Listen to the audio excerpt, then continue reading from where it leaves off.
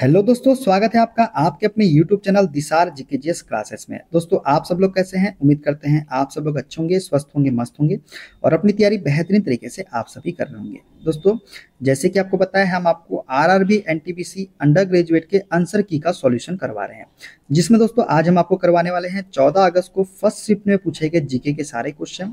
जितने भी RRB ALP technician group D NTPC के स्टूडेंट है, इस वीडियो को जरूर देखिएगा। यहाँ से आपको डायरेक्टली क्वेश्चन एग्जाम में देखने को मिल सकते हैं। चलिए दोस्तों, देर ना करते हुए स्टार्ट करते हैं आज का अपना सेशन। दोस्तों, वीडियो अच्छा लगे वीडियो को लाइक कीजिए, शेयर कीजिए, कमेंट कीजिए। चैनल पे नए हैं चैनल को सब्सक्राइब करके बेल आइकन को प्रेस कर लीजिए। और हमसे जुड़ने के लिए, क्लास के अपडेट के लिए आप हमारा टेलीग्राम चैनल ज्वाइन कर सकते हैं। टेलीग्राम चैनल का लिंक मैंने डिस्क्रिप्शन बॉक्स में आपको दे दिया है। चलिए दोस्तों, देर ना करते हुए स्टार्ट करते हैं आज का अपना सेशन। एक समान चुंबकीय क्षेत्र में गतिमान आवेशित कण के प्रक्षेप पथ की आकृति क्या हो सकती है? दोस्तों, एक समान चुंबकीय क्षेत्र में गतिमान आवेशित कण के प्रक्षेप पथ की आकृति जो है, ये कुंडलिनी पथ होती है। कैसी? कुंडलिनी पथ होती है। ठीक है, देखते हैं अगला क्वेश्चन। 2025 के कांस फिल्म महोत्सव में किसे लाइफ टाइम अचीवमेंट के लिए मानद पॉल्मे डी और से सम्मानित किया गया? दोस्तों, 2025 के कौन से फिल्म महोत्सव में रॉबर्ट डी नीरो को, किसको? रॉबर्ट डी नीरो को लाइफ टाइम अचीवमेंट के लिए मानद पाल्मे डी और से सम्मानित किया गया? देखते हैं अगला क्वेश्चन। किस भारतीय संस्थान के वैज्ञानिकों ने कोशिकीय मैसेंजर के रहस्य को उजागर किया, जो अल्जाइमर और मधुमेह के इलाज में मदद कर सकता है? तो दोस्तों, आईआईएससी बेंगलुरु ने, किसने? आईआईएससी बेंगलुरु संस्थान के वैज्ञानिकों ने कोशिकीय मैसेंजर के रहस्य को उजागर किया है, जो अल्जाइमर और मधुमेह के इलाज में मदद कर सकता है। देखते हैं अगला क्वेश्चन। 1990 में शुरू की गई मानव जीनोम प्रोजेक्ट का लक्ष्य मानव डीएनए को बनाने वाले कितने अरब क्षारक युग्मों के अनुक्रम का निर्धारण करना था?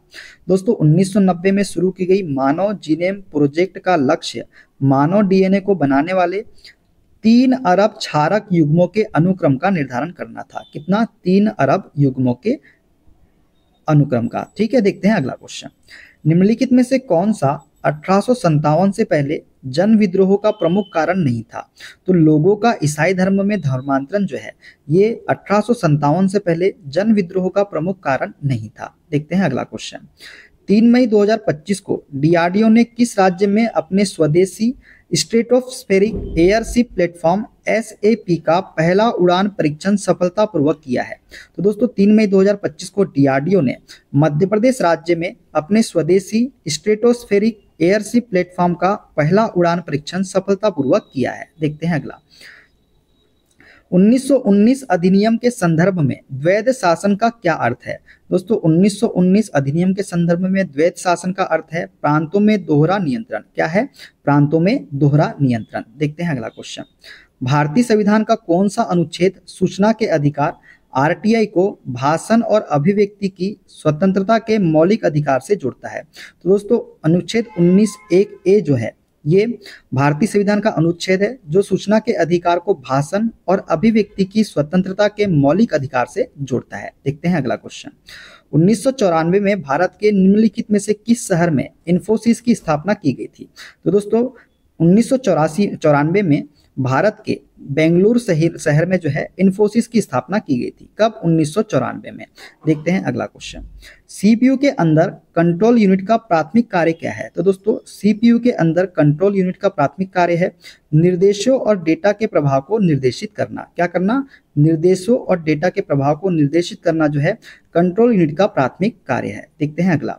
जनवरी 2025 में 2 कृत्रिम उपग्रहों को अंतरिक्ष में सफलतापूर्वक डॉक करने वाला कौन सा चौथा राष्ट्र बन गया है? तो दोस्तों, जनवरी 2025 में 2 कृत्रिम उपग्रह को अंतरिक्ष में सफलतापूर्वक डॉक करने वाला भारत जो है, ये चौथा राष्ट्र बन गया है। कौन सा? अपना देश भारत। देखते हैं अगला क्वेश्चन।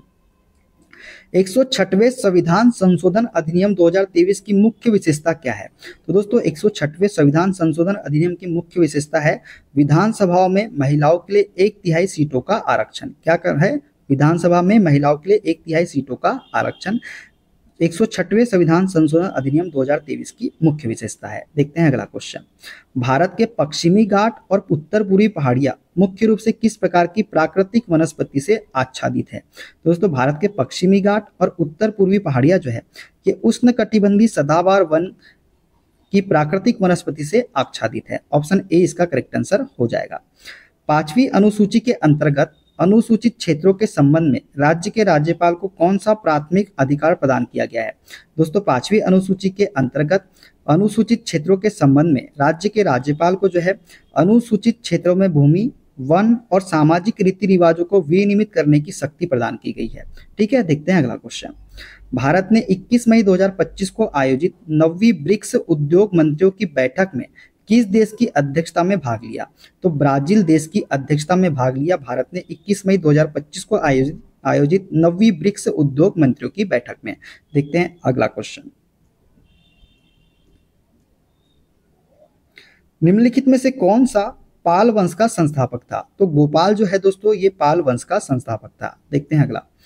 निम्नलिखित में से किस योजना का उद्देश्य गरीब ग्रामीण युवाओं को कौशल प्रदान करना और उन्हें नियमित मासिक मजदूरी या न्यूनतम मजदूरी से अधिक वाले जॉब प्रदान करना है? तो दोस्तों दीनदयाल उपाध्याय ग्रामीण कौशल्य योजना का उद्देश्य जो है ये गरीब ग्रामीण युवाओं को कौशल प्रदान करना है और उन्हें नियमित मासिक मजदूरी या न्यूनतम मजदूरी से अधिक वाले जॉब प्रदान करना है। देखते हैं अगला क्वेश्चन। 1991 के बाद भारत में औद्योगिक क्षेत्र के संरचनात्मक सुधारों को प्रभावित करने में किस संस्था ने महत्वपूर्ण भूमिका निभाई थी? तो दोस्तों 1991 के बाद भारत में औद्योगिक क्षेत्र के संरचनात्मक सुधारों को प्रभावित करने में IMF और विश्व बैंक ने महत्वपूर्ण भूमिका निभाई थी। किसने? IMF और विश्व बैंक ने। देखते हैं अगला।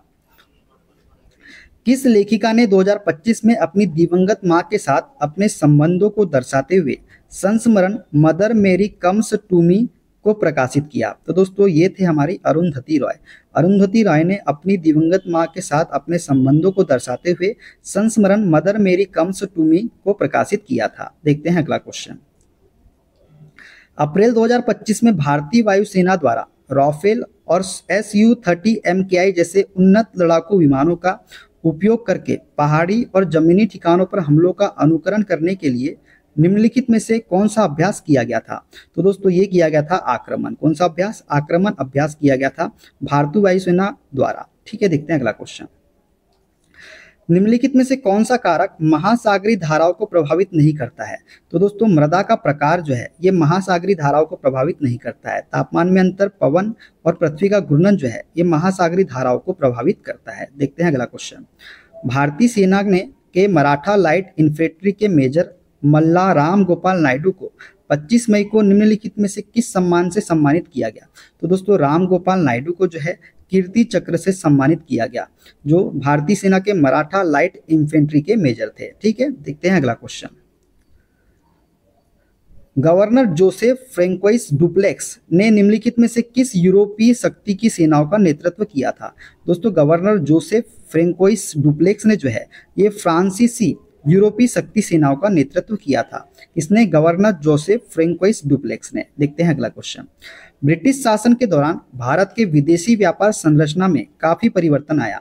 उपनिवेशिक काल के दौरान भारत मुख्य रूप से किस प्रकार के माल का निर्यात करता था?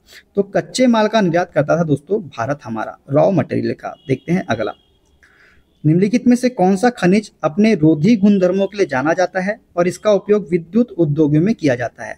तो अभ्रक जो है दोस्तों इसका उपयोग विद्युत उद्योगों में किया जाता है और ये रोधी गुणधर्मों के लिए भी जाना जाता है। कौन सा? अभ्रक। देखते हैं अगला क्वेश्चन।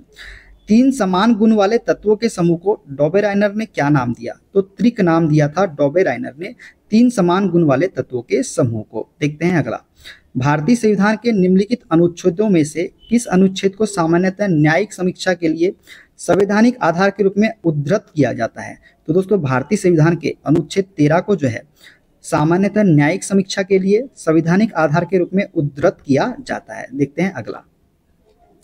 ओजोन क्षयकारी पदार्थों के उत्सर्जन को नियंत्रित करने के लिए किस अंतर्राष्ट्रीय समझौते पर हस्ताक्षर किए गए थे? तो दोस्तों मॉन्ट्रियल प्रोटोकॉल पर हस्ताक्षर किए गए थे ओजोन क्षयकारी पदार्थों के उत्सर्जन को नियंत्रित करने के लिए। देखते हैं अगला।